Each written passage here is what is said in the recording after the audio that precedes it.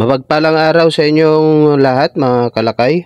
Ngayong araw po ay magluluto nga po tayo ng may sabaw naman. So naisipan ko ngayong araw ay magluluto tayo ng sinigang na hipon. Yan, samahan nyo ako sa video ito mga kalakay at share ko na naman sa inyo yung reseping ito sa pagluluto. Alright?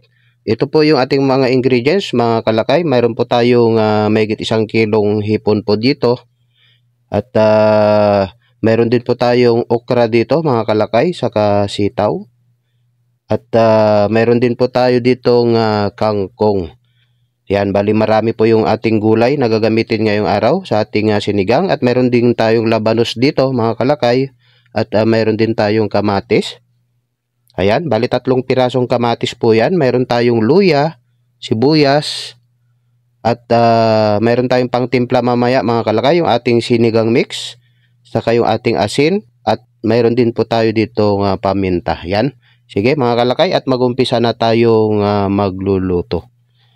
Yan. At dito nga po, at pinainit lang natin yung ating lutuan mga kalakay, at naglagay tayo dito ng mantika. Ang unang igigisa po natin dito mga kalakay ay yung ating luya.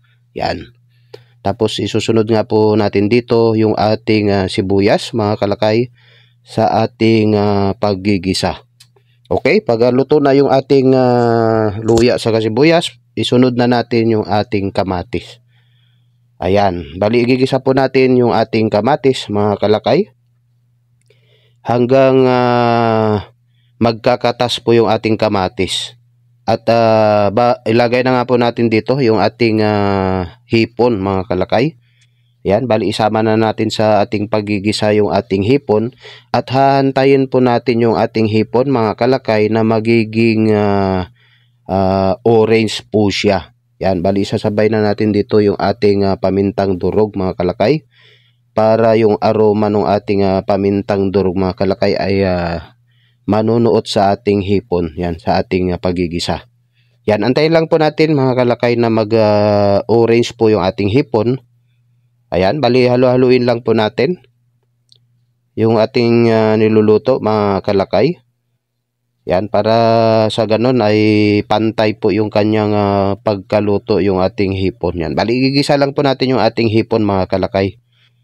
Yan, kasi mabilis lang naman po ito maluto yung ating hipon mga kalakay. So, okay na nga po siya mga kalakay. Bali magdadagdag po ako dito ng 2 basong tubig. Yan, para sa ating sabaw mamaya. Alright? So, haluin lang po natin mga kalakay. Ayan, luto na nga po yung ating hipon. Nag-orange na po siya. So, ipapakulo po natin to mga kalakay yung ating magiging sabaw. Yan, kahit mga 15 minutes yan, kukulo na po ito. At after 15 minutes nga po mga kalakay, ito na po yung ating niluluto. Talagang kumukulo na po siya.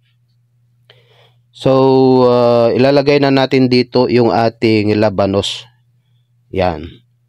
Sasama na natin yung ating labanos mga kalakay. At isasama na rin natin dito yung ating okra, saka yung ating sitaw. Ayan. Mabilis lang naman maluto tong gulay natin mga kalakay. Hindi na natin kailangan na patagalin sa pagluto nito yung ating gulay. Yan, mas mainam na maraming gulay mga kalakay yung ating sinigang ngayong araw. Yan, kasi gulay is life po tayo talaga. Yan, bali dadagdag na natin dito yung ating nahimay na kangkong mga kalakay.